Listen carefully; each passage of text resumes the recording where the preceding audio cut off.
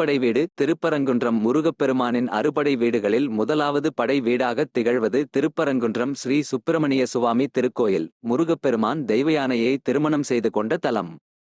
அறுபடை வீட்டு முருகப்பெருமான் கோயில்களில் இக்கோயில் அளவில் பெரியதாகும். லிங்க வடிவில் இருக்கும் இம்மலையைப் பற்றி சைவ சமயக் குரவர்களில் சுந்தரமூர்த்தி நாயனார், திருஞான சம்பந்தப் பெருமான் ஆகியோர் இவ்வூருக்கு வந்து ஆலய வழிபாடு செய்து பதிகங்கள் பல பாடியுள்ளனர் என்று அறியப்படுகிறது. சங்ககால புலவரான நக்கீரர் இத்தலத்து முருகப்பெருமானை வழிபட்டு தனது குறை நீக்கிக் கொண்ட திருத்தலம். இத்திருத்தலத்திற்கு இலக்கியங்களில் தன்பரங்குன்று, தென்பரங்குன்று, பரங்குன்று, பரங்கிரி, திருப்பரங்கிரி, பரமசினம், சத்தியகிரி, கந்தமாதனம், கந்தமலை என பல்வேறு பெயர்கள் வழங்கப்படுகின்றன. தமிழ்நாட்டில் சிறப்புற்று விளங்குவது மதுரை மாநகர். இம்மாமதுரை நகரிலிருந்து தென்மேற்கில் தேசிய நெடுஞ்சாலை வழியே 9 கிலோமீட்டர் தொலைவில் அமைந்திருப்பது திருப்பரங்குன்றம் என்னும் திவ்ய தலமாகும். ரயில் வழியாகவும் இவ்வூரை அடையலாம். மதுரையிலிருந்து இத்திருத்தலத்திற்கு ஏராளமான நகரப் பேருந்துகள் செல்கின்றன. பேருந்து நிறுத்தம் கோயிலுக்கு அருகிலேயே உள்ளது. திரு கூட்டல் பரம் கூட்டல் குன்றம். பரம் என்றால் பரம்பொருளான சிவபெருமான். குன்றம் என்றால் குன்று, மலை. திரு என்பது அதன் சிறப்பை உணர்த்தும் அடைமொழியாகத் திருப்பரங்குன்றம் என ஆயிற்று. திருப்பரங்குன்றம் லிங்க வடிவமாக காட்சியளிக்கும் செறிந்த மலை. இந்த திருப்பரங்குன்றத்தில் தங்கி சிவசக்தியை நோக்கி ஆறுமுகப்பெருமான் தவமிருந்தார். இக்குன்றமானது சிவலிங்க வடிவிலேயே காணப்படுவதால் சிவபெருமானே குன்றின் உருவில் காட்சியளிப்பதாக எல்லோராலும் வணங்கப்பட்டு வருகிறது. இம்மலையின் உயரம் சுமார் 190 மீட்டர் ஆகும். இம்மலையை நித்தம் வலம் வந்து வழிபட்டால் தொழுவாரின் வினைகளெல்லாம் தீர்ந்துவிடும் என்று திருஞான சம்பந்தர்தான் இயற்றிய தேவாரத்தில் பாடியுள்ளார். குரு பக்தியின்றி ஞானம் பெற முடியாது. கைலாயத்தில் பார்வதி தேவிக்கு சிவபெருமான் பிரணவ மந்திரத்தின் உட்பொருளை உபதேசிக்கும் போது தன் தாயாரின் மடிமீது முருகப்பெருமான் அமர்ந்திருந்தார். தாய்க்கு தந்தையார் பிரணவ மந்திர உபதேசம் செய்தபோது முருகப்பெருமானும் அவ்வுபதேசத்தை கேட்டார். புனிதமான மந்திரப் பொருளை குருவின் மூலமாகவே அறிந்து கொள்ள வேண்டும். மறைமுகமாக அறிந்து கொள்ளுதல் முறைமையாகாது, அது பாவம் என்று சாஸ்திரங்கள் கூறுகின்றன. எனவே முருகப்பெருமானே பிரணவ மந்திரத்தினை அதன் உட்பொருளை பிரம்மதேவனுக்கு உபதேசித்த போதிலும் சிவபெருமானும் முருகப்பெருமானும் ஒருவரேயானாலும் உலக நியதிக்கு ஒட்டாத, சாஸ்திரங்கள் ஒப்பாத ஒரு காரியமாக அமைந்துவிட்டபடியால் இக்குற்றத்திற்கு பரிகாரம் தேடி முருகப்பெருமான் திருப்பரங்குன்றத்திற்கு வந்து தவம் செய்தார். கடைசியில் சிவபெருமானும் பார்வதி தேவியாரும் தோன்றி முருகப்பெருமானுக்கு அங்கு காட்சி தந்து அருளினார்கள். அவர்கள் இங்கு பரங்கிநாதர் என்றும் ஆவுடை நாயகி என்றும் பெயர் பெற்றார்கள். அவர்களுடைய ஆலயம் இன்றும் திருப்பரங்குன்றத்தில் மீனாட்சி சுந்தரேஸ்வரர் ஆலயம் என்னும் பெயரில் வழங்கி வருகிறது. எனவே திருப்பரங்குன்றம் செல்லும் பக்தர்கள் முதலில் சிவன், பார்வதியை தரிசனம் செய்த பிறகே முருகன் ஆலயத்திற்கு செல்ல வேண்டுமென்பது ஐதீகம். முருகப்பெருமானுக்கு சிவபெருமான் தை மாதத்தில் பூச நட்சத்திரத்தன்று காட்சி தந்தார். எனவே தைப்பூசத்தன்று சிவபெருமானையும் முருகக் கடவுளையும் வழிபடுகின்றவர்கள் இஷ்ட சித்திகளை பெறுவார்கள் என்று கூறப்படுகிறது. எனவே திருப்பரங்குன்றத்தில் தைப்பூச விழா 10 நாட்கள் சிறப்பாக கொண்டாடப்படுகிறது. முருகப்பெருமான் அவதாரம் செய்ததன் நோக்கமே சூரபத்மனையும் அவனது சேனைகளையும் அழித்து தேவர்களை காப்பதேயாகும். அவ்வண்ணமே முருகப்பெருமான் அவதாரம் செய்து சூரபத்மனை அழித்து அவனை மயிலும் சேவலுமாக்கி மயிலை வாகனமாகவும் சேவலை கொடியாகவும் ஏற்றுக்கொண்டருளினார். தேவர்கள் துயர் களைய பெற்றார்கள். அதனால் முருகப்பெருமானுக்கு தன்னுடைய நன்றியை செலுத்தும் வகையில் இந்திரன் தன் மகளாகிய தெய்வயானையை திருமணம் செய்து கொடுக்க விரும்பினான். முருகன் தெய்வானை திருமணம் திருப்பரங்குன்றத்தில் நடந்தது.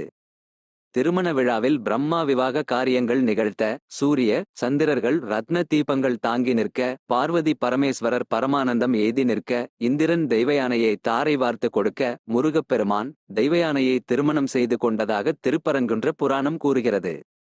மலையடிவாரத்தில் கீழ்த்திசையில் சரவணப் பொய்கை அமைந்துள்ளது. இத்தீர்த்தம் முருகனின் கைவேலினால் உண்டானதென்றும் இத்தீர்த்தத்தைக் கண்டாலும் நீராடினாலும் பாவங்கள் நீங்கப் பெற்று விரும்பிய வரத்தை பெறுவர் என்றும் கூறப்படுகிறது. திருப்பரங்குன்றத்து முருகன் கோயிலில் எப்போதும் சேவல் கொடி வீசி பறந்து கொண்டே இருக்கும். கொடி பட்டுளி வீசி உயரத்தில் பறப்பது கோயில் நோக்கி வருவோர்களை வருக வருக என வரவேற்பது போன்று காணப்படும். மற்ற திருக்கோயிலின் கருவறை போல் அல்லாமல் இத்திருக்கோயில் கருவறை பெரியதாக 5 தெய்வத் திருவுருவங்களின் இருப்பிடமாய் உள்ளது. மூலவர் முருகப்பெருமானுக்கு எனத் தனிக்கருவறை அமையாமல் பாறையில் இடதுபுறம் முருகப்பெருமான் திருமணக் கோலத்தில் காட்சி தர அடுத்து பாறையின் மையத்தில் அன்னை மகிஷாசுரமர்த்தினியின் திருவுருவம் காணப்படுகிறது. அன்னையை அடுத்து மற்றொரு புதல்வர் கற்பக விநாயகரின் திருவுருவை காணலாம். கருவறையின் இடதுபுறத்தில் கிழக்கு நோக்கியவாறு மலையை குடைந்து சத்திய கிரீசுவரர் எனும் திருப்பெயர் கொண்டவராய் சிவபெருமான் லிங்கத் திருமேனியுடன் விளங்குகிறார். பரங்கிரிநாதேசுவரர் அவர்.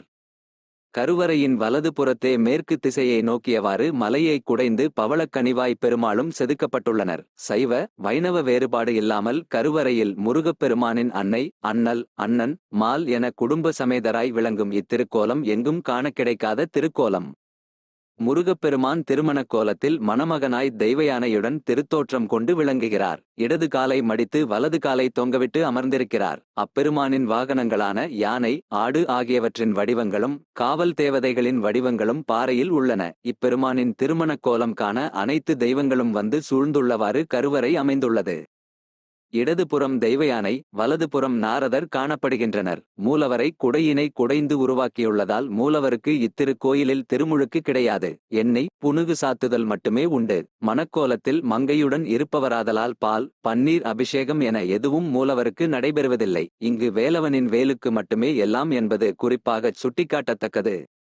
கருவறையில் கந்தப்பெருமான் காலடியில் காணப்படும் யானை இந்திரனுடைய ஐராவதம் எனவும், இந்திரனின் புதல்வியானதால் தெய்வயானையை பிரிய மனமில்லாது முருகனுக்குத் தொண்டாற்ற அது வந்தது எனவும் கூறுவர்.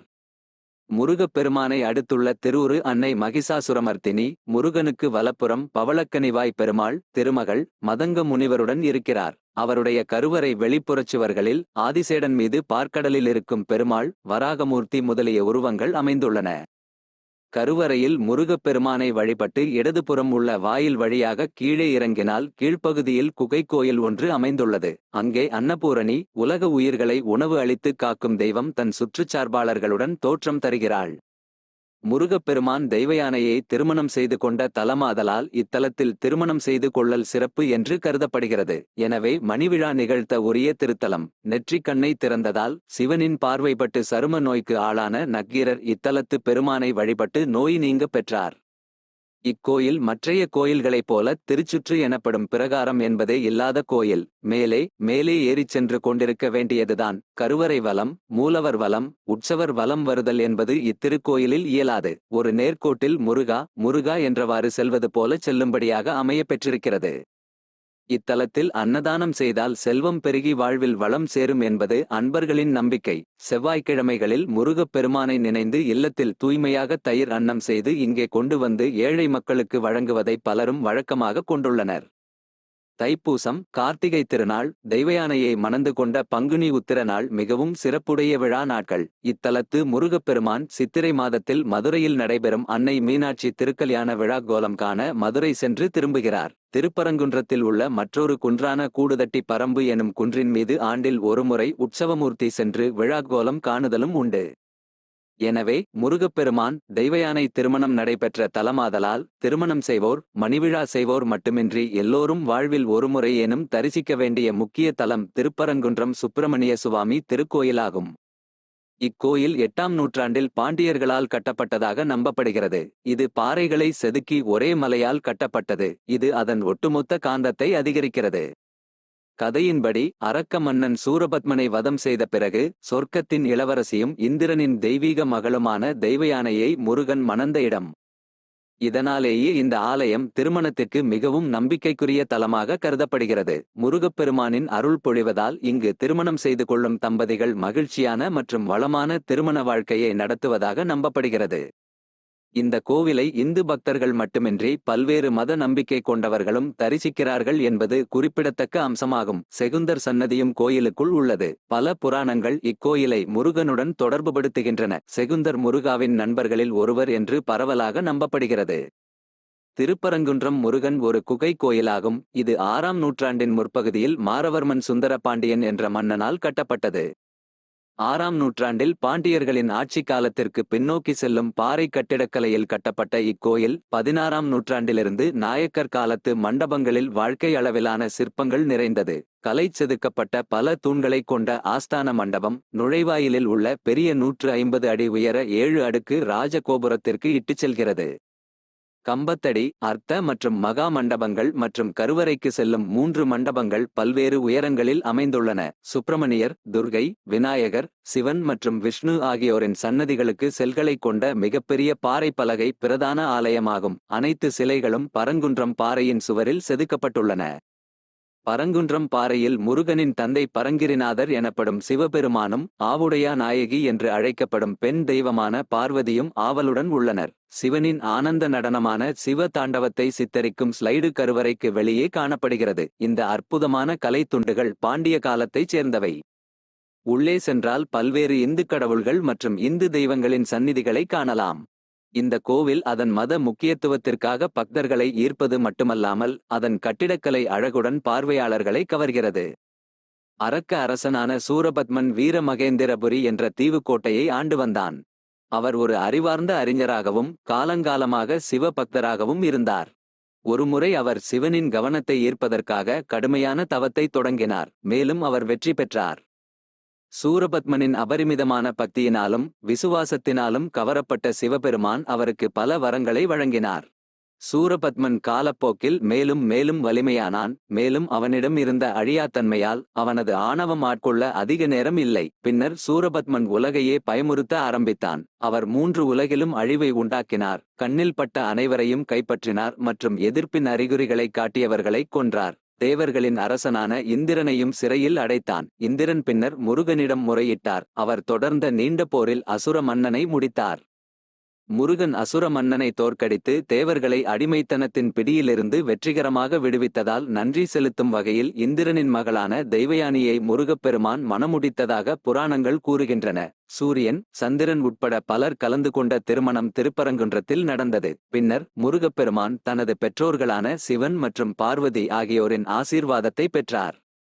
தெய்வீக சிற்பி விஸ்வகர்மா அனைத்து தெய்வங்களின் நிரந்தர வழிபாட்டிற்காக இந்த உறைவிடம் அமைக்க பணியமர்த்தப்பட்டார். முருகப்பெருமானை அவருடைய மூத்த துணைவி தெய்வயானியுடன் நீங்கள் தரிசிக்கக்கூடிய ஒரே சன்னதி இதுவாகும். மற்ற எல்லா தலங்களிலும் அவருடைய துணைவிகளான தெய்வயானி மற்றும் வள்ளி இருவரும் அவருடன் காணப்படுகின்றனர். முருகப்பெருமான் திருக்கல்யாணம் நடைபெறும் இடம் இது என்பதால் திருமணங்களுக்கு உகந்ததாக கருதப்படுவதுடன் தலைமுறை தலைமுறையாக லட்சக்கணக்கான திருமணங்கள் இங்கு நடைபெற்று வருகின்றன. மற்றொரு கதையின்படி இந்த மலையிலிருந்து சிவனை வழிபட்ட மன்னன் ஹரிச்சந்திரன் நித்திய ஞானத்தை பெற்றார். பிற்காலத்தில் இங்கு கோவில் கட்டினார். அறிவியலால் மட்டும் விளக்க முடியாத விஷயங்கள் இங்கு நடக்கின்றன. இந்தியா முழுவதிலுமிருந்து உலகம் முழுவதிலுமிருந்து மத வேறுபாடின்றி மக்கள் தங்கள் துன்பங்களை போக்கவும் முருகனின் அருளை பெறவும் இங்கு குவிந்துள்ளனர். திருப்பரங்குன்றம் மலை உச்சியின் பின்புறம் 9ஆம் நூற்றாண்டில் ஜித்தாவிலிருந்து வந்த ஹஸ்ரத் சுல்தான் சிக்கந்தர் பாதுஷாவின் முஸ்லீம் தர்கா உள்ளது. வெவ்வேறு சித்தாந்தங்களைக் கொண்ட 2 மதங்கள், ஆனால் ஒரே குறிக்கோள் அமைதி. கோவிலின் பிரகாரத்தில் ஒன்றாகச் செழித்து வளர்வதைக் காண்பது மிகவும் அரிது. ஆனால் திருப்பரங்குன்றத்தின் அழகு இதுதான். தமிழ்நாட்டின் மதுரைக்கு அருகில் உள்ள திருப்பரங்குன்றத்தில் உள்ள கார்த்திகேயா அல்லது முருகன் கோயில் மட்டுமே இந்திய துணைக்கண்டம் முழுவதிலும் பெரும்பாலான கோயில்களில் முருகன் நிற்கும் காட்சிக்கு மாறாக அமர்ந்த நிலையில் காட்சியளிக்கிறது.